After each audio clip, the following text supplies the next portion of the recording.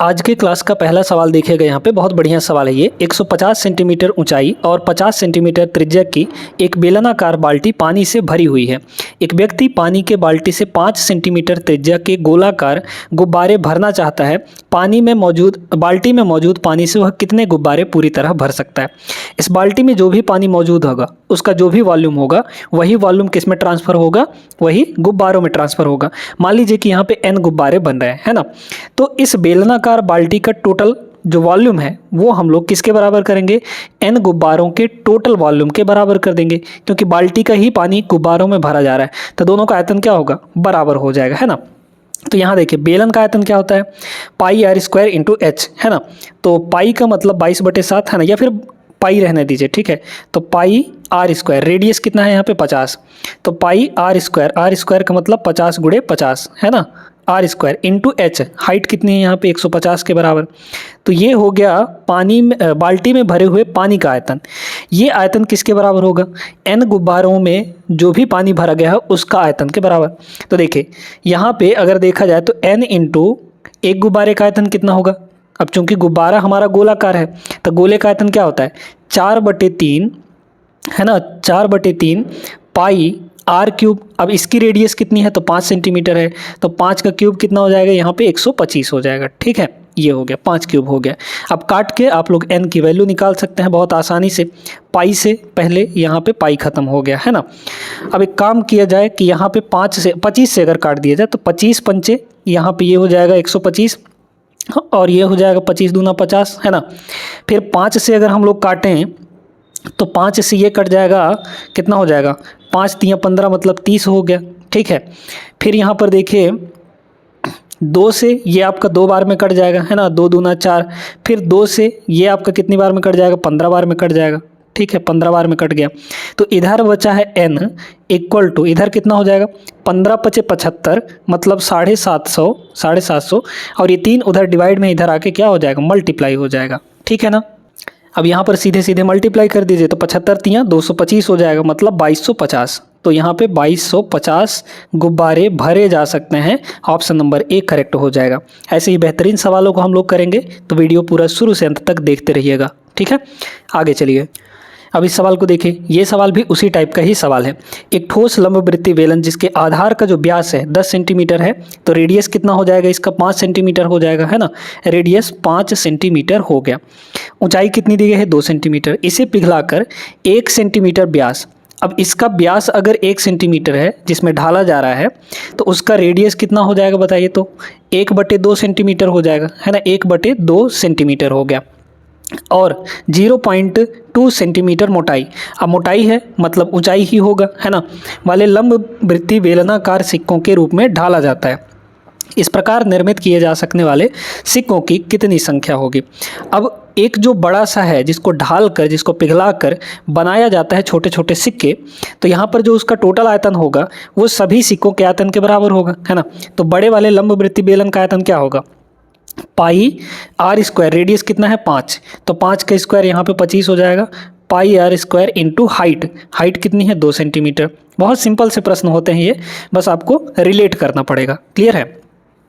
अब ये n सिक्कों के आयतन के बराबर होगा, तो यहाँ पे n इंटू एक सिक्के का आयतन कितना हो जाएगा, एक सिक्के का आयतन चूंकि बेलनाकार वो भी है सिक्का भी, तो पाई, रेडियस अब की बार कितना है 1/2 है, इसका स्क्वायर करेंगे तो कितना होगा 1/4 हो जाएगा, है ना, इंटू हाइट, ये जो मोटाई है यही इसकी हाइट होगी मतलब 0.2, तो 0.2 का मतलब 1/5, है ना, 0.2 का मतलब 1/5 हो जाता है। अब देखिए काट पीट लीजिए तो पाई से आपका पाई से पाई आपका ख़त्म हो जाएगा, है ना। इधर देखिए ये 5 चौके 20 हो गया और ये 25 दूना 50, 50 और 20 का मल्टीप्लाई करना है ना।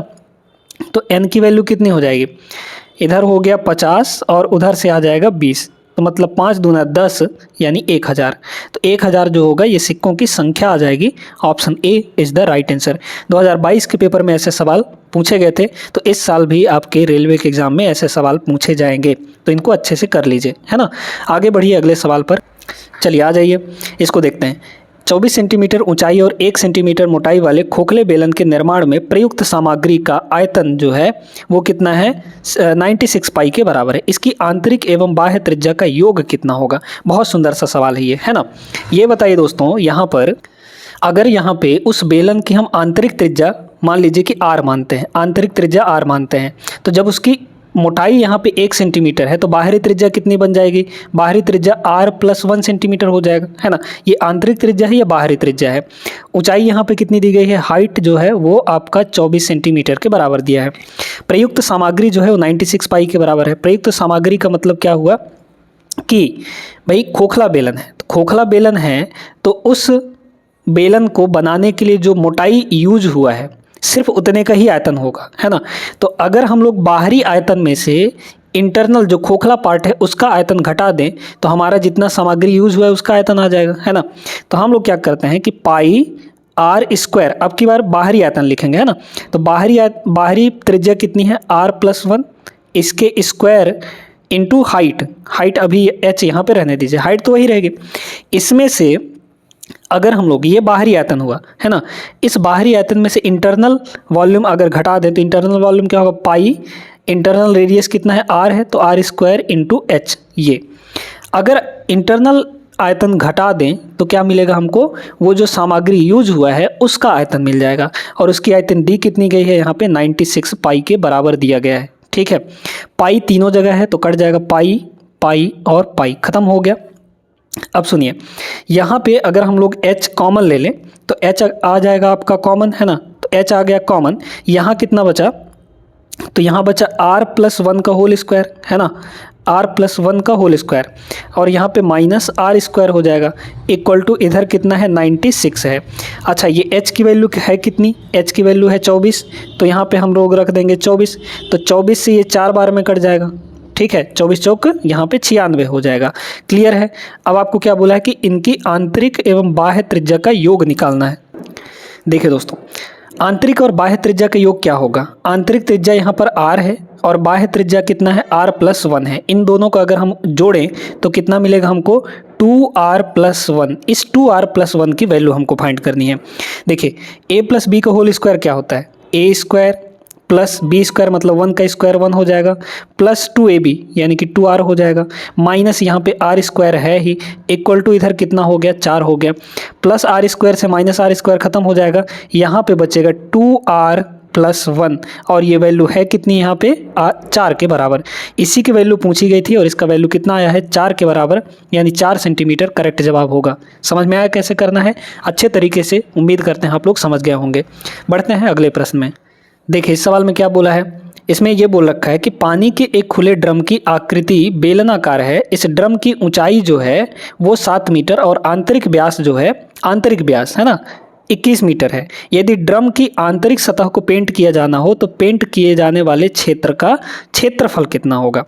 ये देखिए, इंटरनल रेडियस आपका कितना हो जाएगा? तो रेडियस हो जाएगा, व्यास भाई 21 है तो रेडियस इसका आधा होगा, यानी यहाँ पे 21/2 हो जाएगा।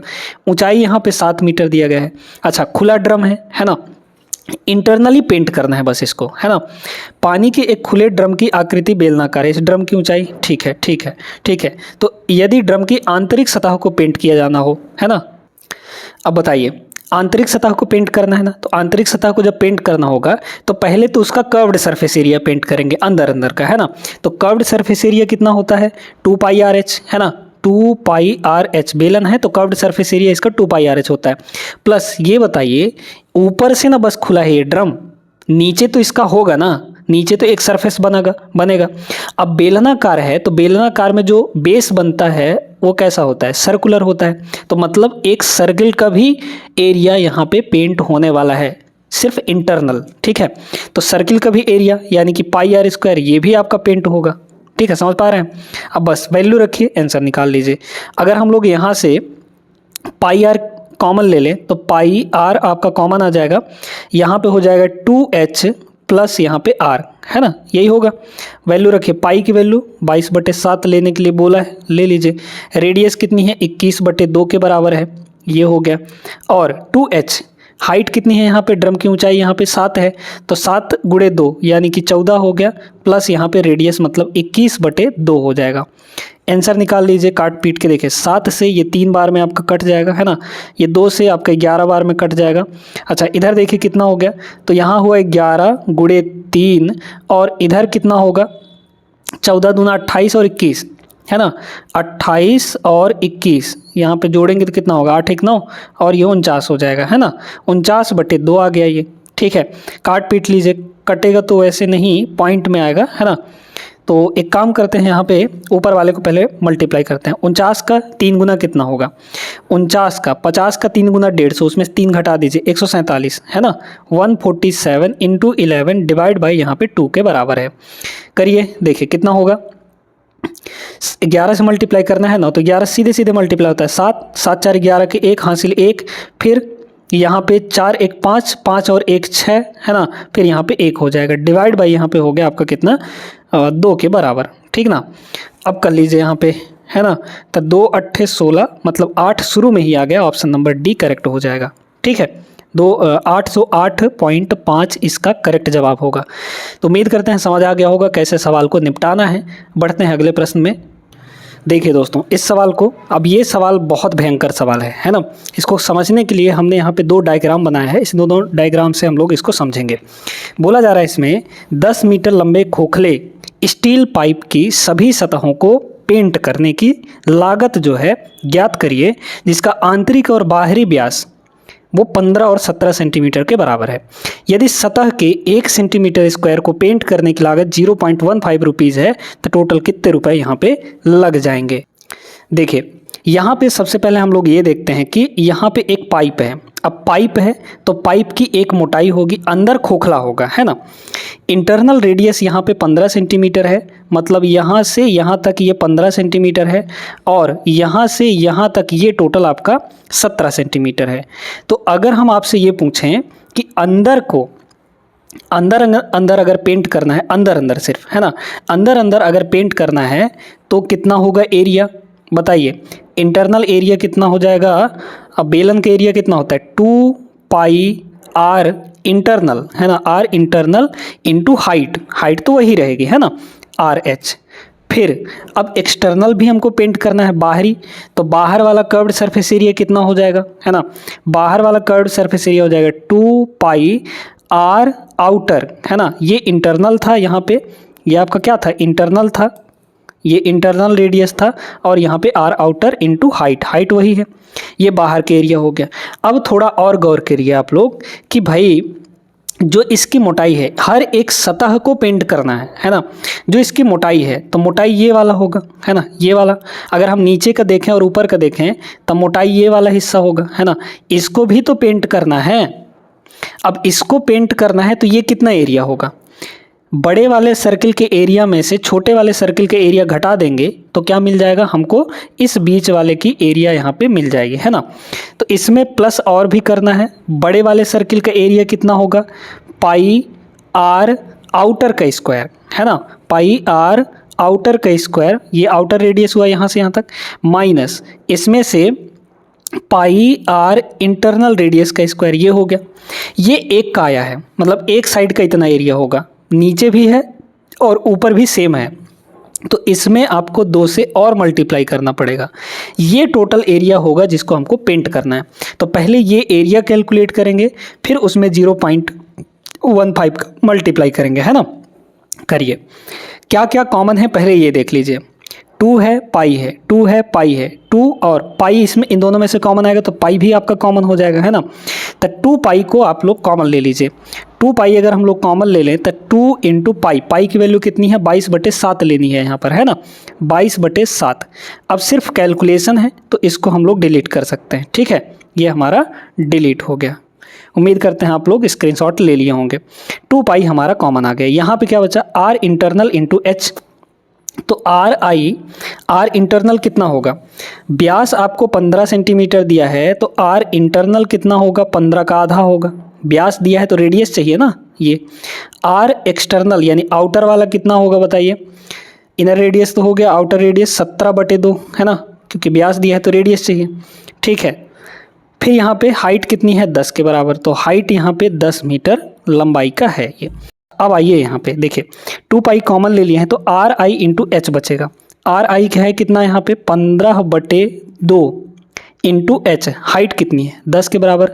लेकिन एक बात थोड़ा सा सोचिए, ये जो रेडियस है ये सेंटीमीटर में है, ये आपका मीटर में है ना। ये जो दिया गया है ये 1 सेंटीमीटर स्क्वायर के का दिया गया है, तो आप इसको सेंटीमीटर में ही क्यों ना बदल लें।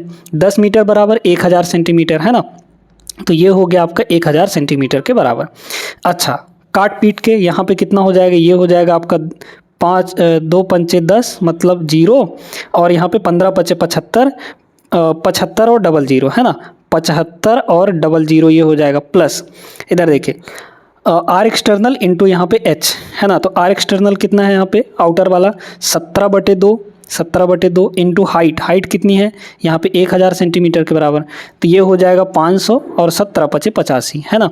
तो ये हो गया आपका 8500 प्लस यहाँ पे देखिए 2 पाई हमने कॉमन ले लिया है, आर आउटर का स्क्वायर माइनस आर इनर का स्क्वायर। आर आउटर का स्क्वायर कितना होगा 17/2 का स्क्वायर, तो 17 का स्क्वायर 289, है ना, ध्यान देते जाइएगा 289, और 2 का स्क्वायर 4 डिवाइड माइनस इंटरनल का स्क्वायर यानी 15/2 का स्क्वायर, 15 का स्क्वायर 225 और बटे यहाँ पे हो जाएगा 4, घटाइए 89 में से 25 का 64 आ जाएगा, 64 डिवाइड बाई 4, 64 डिवाइड बाई 4 यानी कि 16 आ गया। तो इस पूरे की वैल्यू कितनी आ गई यहाँ पे 16 के बराबर आ गया। इनटू यहाँ पर देखिए अब, अच्छा अब तो कुछ नहीं है ना, अब यहाँ पर कुछ नहीं है, तो इतना एरिया आएगा, ये टोटल एरिया आएगा जो कि पेंट करना है आपको। अब इतने सेंटीमीटर स्क्वायर हमारा एरिया आ रहा है, और 1 सेंटीमीटर स्क्वायर का अगर हम लोग कर रहे हैं तो 1 सेंटीमीटर स्क्वायर का 0.15 लग रहा है यहाँ पर, है ना, 0.15 रुपये लग रहा है, तो इसमें 0.15 से मल्टीप्लाई कर दीजिए। अच्छा 0.15 का मतलब 15/100 ऐसे भी लिख सकते हैं, है ना। अब इसको हमको कैलकुलेट करना है और अपना आंसर निकालना है, ठीक है। बहुत ध्यान से इस चीज़ को देखते जाइएगा, यहाँ पे सारा कुछ डिलीट कर देते हैं। आइए देखिए यहाँ पे पहले इसको और इसको जोड़िए, है ना, जोड़ेंगे तो कितना होगा, यहाँ पे हो जाएगा 16, ठीक है। ये आपका हो गया 22 दूना 44, 44/7, और यहाँ पे ये कितना आएगा देख लीजिए, तो 0000 और 16 है, तो लास्ट में तो आपका 16 आ गया, 5 और 5 10 शून्य हासिल 1 आ गया, ठीक है। फिर 8 7 15, 15 1 16, ये 16 आ गया, इंटू यहाँ पे है 15 बटे यहाँ पर हो जाएगा 100 के बराबर। 7 से इसको अगर हम लोग काट दें तो 7 दूना 14, ध्यान देते जाएगा, 7 दूना 14, बचा 2 तो 20 हो गया, फिर 7 दूना 14, फिर बचा 6 तो 61 हो गया, तो 7 8 56, है ना, फिर बचा 5, फिर 56 हो गया, तो 7 8 56 इतनी बार में कट गया। अब इसको पूरा सॉल्व नहीं करना है, आप यहाँ पे थोड़ा सा डिजिटल सम देख लीजिए कितना आ रहा है, मतलब अंकों का योग। 1 और 5 6, 6 1 7, 7 और 8 15, 15 का मतलब 1 और 5 6 हो गया। इधर देखिए 8 और 1 9, जहाँ पे 9 हो जाता है उसको हटा देते हैं, बचा यहाँ पे सिर्फ 5, तो इसका डिजिटल सम 5 आएगा। यहाँ देखिए 8 और 1 9 खत्म कर दिए, यहाँ देखिए 5 1 6 6 12, 12 का मतलब हो गया 3, है ना, 1 और 2 को जोड़ेंगे तो 3 आ जाएगा। यहाँ देखिए 8 और 1 9 खत्म हो गया, 5 2 यहाँ पे 7 आ गया। डिजिटल सम सबका अलग अलग है, तो यहाँ भी हम लोग डिजिटल सम लगा सकते हैं। देखिए 4 4 ये हो जाएगा 8, इंटू सब मल्टीप्लाई में है, ध्यान देते रहिएगा। यहाँ देखिए ये कितना हो जाएगा, ये हो जाएगा 2 और 8 10, और इधर भी 2 और 8 10, 10 का मतलब 1, 2 और 8 10, इसका भी मतलब 1, तो 1 और 1 कितना हो गया, टोटल 2 हो गया। वैसे भी करेंगे तो देखिए 2 और 2 4, 4 और 8 12, 12 और 8 20, 20 और 20 को जोड़ेंगे तो कितना होगा 2 और 0 मतलब 2 ही आएगा, इंटू यहाँ पे देखिए कितना हो जाएगा, ये 5 और 1 6 हो जाएगा, है ना। अब डिवाइड में आपके पास 100 है, तो 100 का तो डिजिटल सम 1 ही होता है, नीचे हमारा डिजिटल सम 1 आ जाए तो कोई दिक्कत नहीं है ना, यही तो हमको लाना था। अब देखिए 8 दूना 16, 8 दूना 16, 16 का मतलब 7 हो गया, इंटू यहाँ पे 6 अभी बाकी है, 6 7 42, 42 का मतलब यहाँ पे हो गया 6 हो गया, 42 का मतलब कितना हो गया 6 हो गया। तो 6 जिसका डिजिटल सम आएगा जिस ऑप्शन का, वही आपका करेक्ट जवाब होगा, यानी ऑप्शन नंबर ए का डिजिटल सम 6 आ रहा है, यही आपका सही जवाब होगा। दोस्तों बहुत बढ़िया सवाल था, बहुत लंबा चौड़ा सवाल था, उम्मीद करते हैं आप लोग समझ गए होंगे। अगले प्रश्न पे चलिए देखते हैं अगला सवाल। नेक्स्ट ये रहा बहुत अच्छा सवाल। एक कुएं को खोदा जाता है जिसका व्यास 3 मीटर और गहराई यहाँ पे 14 मीटर है, ठीक है। तो यहाँ पे सबसे पहले हम लोग एक कुआं बना लेते हैं, है ना। तो यहाँ पर कुछ ऐसे एक कुआं है, चलिए इसको खोदा जाता है। तो यहाँ पर इसकी जो व्यास दिया गया है वो 3 सेंटीमीटर है, तो व्यास अगर 3 सेंटीमीटर है तो यहाँ से यहाँ का रेडियस कितना हो जाएगा, 3 है तो 3 का आधा मतलब 3/2 हो जाएगा, है ना, हो जाएगा कि नहीं। और गहराई जो है 14 मीटर है, तो ये हाइट जो है मतलब यहाँ से लेकर यहाँ तक ये 14 के बराबर है, ठीक है। तो h जो है आपका वो हो गया 14 के बराबर मीटर में, है ना। उसमें से मिट्टी निकाली जाती है और कुएं के चारों ओर फैला दी जाती है। एक तटबंध बनाने के लिए 4 मीटर चौड़ा एक वृत्तीय आकृति का घेरा बनाया जाता है। तटबंध की ऊंचाई कितनी होगी? तो इसमें मेन ये कह रहा है कि जो कुएं को खोदकर मिट्टी निकाली गई है उसको क्या किया गया कि इसके चारों ओर रख दिया गया और एक गोलाकार घेरा बनाया जाता है ना, इसके चारों तरफ कुछ इस टाइप से। ठीक है, थोड़ा अच्छे से बना देते हैं ताकि आपको अच्छे समझ में आ जाए, है ना। इस टाइप से आपका घेरा बनाया जाता है चारों तरफ। अच्छा, उस घेरे का कुछ मोटाई होगा, है ना। क्या बोला जा रहा है कि तटबंध बनाने के लिए 4 मीटर चौड़ा एक वृत्तीय आकृति बनाया जाता है। तो मतलब यहाँ से ये आपका 4 मीटर है, ठीक है, कुएं के किनारे से 4 मीटर। तो अब ये बताइए, जब ये 4 मीटर है तो टोटल यहाँ से इसका आउटर रेडियस कितना हो जाएगा? 4 + 3/2 हो जाएगा कि नहीं। अब थोड़ा सा ये बताइए कि जो कुएं को खोदकर मिट्टी निकाली गई है वही मिट्टी इसके चारों ओर रखा गया है। तो जो ये किनारे किनारे आपका बेलनाकार आकृति बना हुआ है, किसके वजह से? उस मिट्टी को रखने पर जो बना गया है, उस मिट्टी का आयतन इस कुएं से जो मिट्टी निकाला गया है उसके आयतन के बराबर हो गया। तो पहले कुएं के से मिट्टी निकाला गया है जो उसका आयतन निकाल लीजिए। तो मतलब जितना कुआं का आयतन होगा उतना ही ना मिट्टी निकाला जाएगा। तो कुएं का आयतन बताइए क्या हो जाएगा? कुआं चूंकि बेलनाकार है तब पाई मतलब वैल्यू रखते जाइए, है ना। पाई यानी 22/7 इंटू r²। रेडियस कितना है? 3/2। तो 3/2 का स्क्वायर, 3/2 का स्क्वायर हो जाएगा, यहाँ पे स्क्वायर कर दीजिए, इंटू हाइट πr²h, यानी हाइट कितना है यहाँ पे? 14 के बराबर। तो 7 दूना 14 से 14 आपका खत्म हो गया और ये आपका 11 बार में कट जाएगा। ठीक है, तो ये हो गया 3 × 9 × 11 मतलब 99। तो 99 मीटर क्यूब जो है इतनी मिट्टी यहाँ कुएं से निकाली गई है और इतने ही वॉल्यूम का मिट्टी आपके किनारे किनारे चारों तरफ रखा गया है। अब बड़े गौर से सुनिएगा, यहाँ पे कुछ ऐसा बना होगा, है ना। आपको अच्छे से बना के दिखाते हैं। यहाँ पे ये तो हो गया आपका कुआं, ठीक है। फिर इसके चारों तरफ एक आपका वो बनाया जा रहा है, कितने मीटर? 4 मीटर, है ना। यहाँ पे ये 4 मीटर का है, इतना चौड़ा। ये आपका कुआं का अंदर वाला हिस्सा हुआ, ये आपका बाहर हुआ, ये चौड़ाई इतना बनाया जा रहा है। तो ये जो आयतन है इसका आयतन हमको बताना है ना। मान लीजिए कि ये जो बंध बनाया गया है यहाँ से यहाँ तक बनाया गया है ना, ये आपका हाइट इतना बनाया गया है। तो इस बेलन की हाइट हम लोग अगर h माने और इसका आयतन क्या होगा? अब आयतन पूरा तो नहीं लेंगे, ये कुआं आपका खोखला है, बस इतने का आयतन लेना है ना। तो बाहर वाले का आयतन कितना हो जाएगा बताइए तो, क्योंकि बाहर सिर्फ मिट्टी है ना। तो बाहर वाले का आयतन कितना होगा? तो हो जाएगा πr आउटर वाला। तो आउटर रेडियस यहाँ पे कितना होगा? r आउटर जो होगा रेडियस वो 3/2 इंटरनल वाला प्लस यहाँ पे 4, मतलब 4 दूना 8, 8 3 11, 11/2 कितना होगा? 11/2 मीटर के बराबर होगा। तो r आउटर का स्क्वायर इंटू हाइट। अब ये हाइट ये वाला है h, है ना, h माइनस इसमें से बीच वाले का आयतन घटाना पड़ेगा। ठीक है, तो घटा दीजिए, कितना हो जाएगा? πr internal inner radius into h, ये हो गया।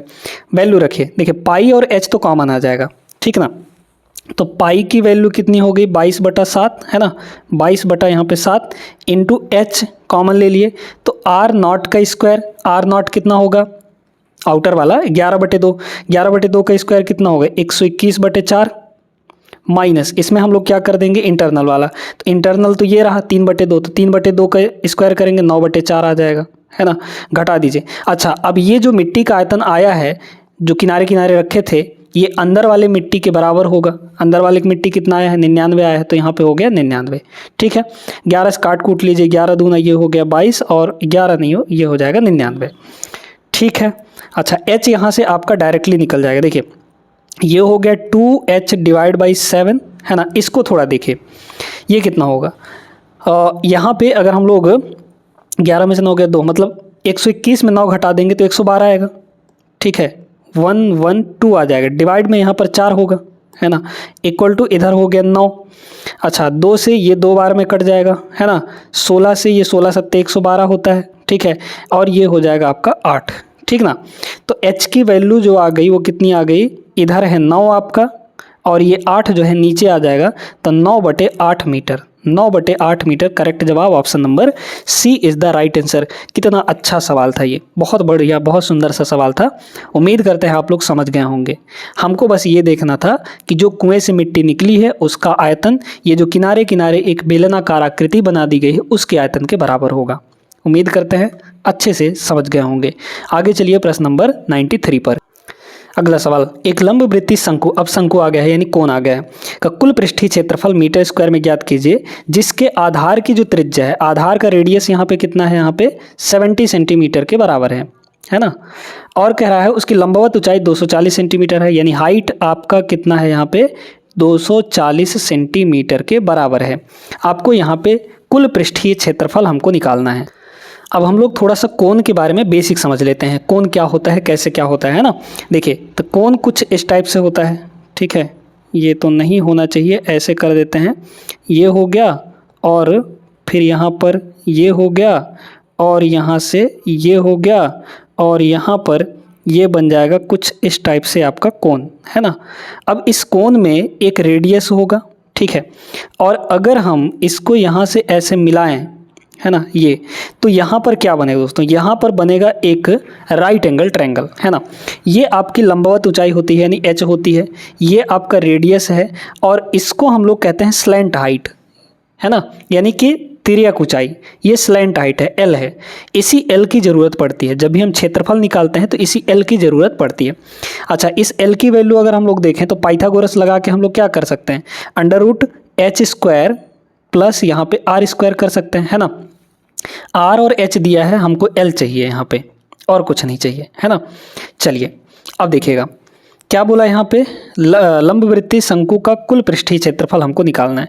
तो कुल पृष्ठीय क्षेत्रफल क्या होगा, इसका जो टोटल सरफेस एरिया होता है, पहले तो कर्व्ड सरफेस एरिया देख लीजिए कितना होता है।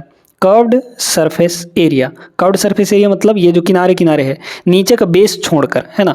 ये जो कर्व्ड सरफेस एरिया होता है ये कितना हो जाता है दोस्तों, तो ये हो जाता है πr इंटू एल, है ना, πr इंटू एल। एल मतलब ये वाला हाइट, स्लैंट हाइट जिसको कहते हैं। ये कर्व्ड सरफेस एरिया हो गया। टोटल सरफेस एरिया क्या होता है, तो इस कर्व्ड सरफेस एरिया में यानी πr इंटू एल में हम लोग नीचे जो बेस बन रहा है, अब बेस कैसा है, सर्कुलर है, तो सर्किल का एरिया लिखेंगे यानी πr² हो जाता है। अगर हम यहाँ से कॉमन ले ले πr तो ये हो जाएगा L प्लस R, है ना। तो ये होता है टोटल सरफेस एरिया और यही हमको चाहिए। तो पहले L की वैल्यू निकालिए, है ना। देखिए तो कितना हो जाएगा, अगर हम इसमें रखें तो L की वैल्यू यहाँ से कितनी आ जाएगी, h का स्क्वायर मतलब यहाँ पे 240 का स्क्वायर, तो 24 का स्क्वायर कितना होता है, 24 का स्क्वायर 576, है ना, 576, और एक जीरो का स्क्वायर 2 जीरो हो जाएगा, प्लस यहाँ पे r का स्क्वायर यानी रेडियस का स्क्वायर, तो 70 का स्क्वायर कितना होगा, 4900 हो जाएगा, है ना, 4900 हो गया। अब ये दोनों मिलाकर कितना आएगा, 576 और 49, ये दोनों मिलाकर होता है यहाँ पे 625 के बराबर, यानी 625 और 00, मतलब 625 का स्क्वायर रूट यहाँ पे 25 हो जाएगा और 2 जीरो का स्क्वायर रूट यहाँ पे 1 जीरो हो जाएगा। मतलब जो L है वो आपका 250 सेंटीमीटर के बराबर आया है। वैल्यू रख दीजिए इसमें, है ना। तो टोटल सरफेस एरिया चाहिए था, मतलब पाई मतलब यहाँ पे 22/7 इंटू R, रेडियस कितना है यहाँ पे, रेडियस है 70, है ना, तो ये हो गया आपका 70, L प्लस R, L कितना है 250, तो ये हो गया 250 प्लस R यानी कि 70, तो कितना हो गया, ये आपका 10 बार में कट जाएगा, है ना। इधर देखिए ये हो गया 22, ठीक है। अब तो आप डायरेक्टली बता सकते हैं ना, डायरेक्टली बता सकते हैं कि ये वाला होगा, है ना। इतनी छोटी छोटी वैल्यू तो आएंगी नहीं, है ना। लास्ट में आपका जीरो पक्का है कि आएगा, तो यानी यही डी ऑप्शन करेक्ट हो जाएगा। इसको सॉल्व भी नहीं करना है अब आपको। तो उम्मीद करते हैं समझ में आ गया होगा अच्छे तरीके से, है ना। चलिए अगले प्रश्न पे चलते हैं। यहाँ भी कोण वाला सवाल है। कोण क्या है, एक लंबवृत्तीय शंकु के आधार का व्यास जो है वो 10 सेंटीमीटर है, तो रेडियस व्यास जो है 20 है तो रेडियस 10 होगा। उसकी तिर्यक ऊंचाई यानी L आपको दे रखा है, स्लैंट हाइट जिसको हम लोग कहते हैं, वो 10.5 सेंटीमीटर है। लंबवृत्तीय शंकु का वक्र पृष्ठीय क्षेत्रफल, वक्र पृष्ठीय क्षेत्रफल क्या होता है, πr इंटू एल, है ना। πrl ये होता है कर्व्ड सरफेस एरिया जिसको हम लोग कहते हैं, CSA। वैल्यू रखिए, पाई की वैल्यू 22/7, ये तो फार्मूला बेस्ड था, इंटू रेडियस, रेडियस कितना होगा 10 के बराबर, है ना भाई। जब व्यास 20 है तो 10 होगा ये, इंटू एल, स्लैंट हाइट कितना है यहाँ पे 10.5, 10.5 को ऐसे करिए ना, 105/10 कर सकते हैं, है ना। 10 से 10 खत्म, 7 से ये कटेगा कितनी बार में, 7 1 कम 7 और 15 7 105, ठीक है। 15 गुणे 22 तो मतलब 15 दूना 30, 30 गुणे 11 यानी कि 0 फिर 3 फिर यहाँ पे 3 मतलब 330। तो 330 ऑप्शन नंबर डी आपका करेक्ट जवाब हो जाएगा। क्लियर है सभी को? उम्मीद करते हैं समझ आ गया होगा। और एक सवाल हम लोग यहाँ पे और करते हैं।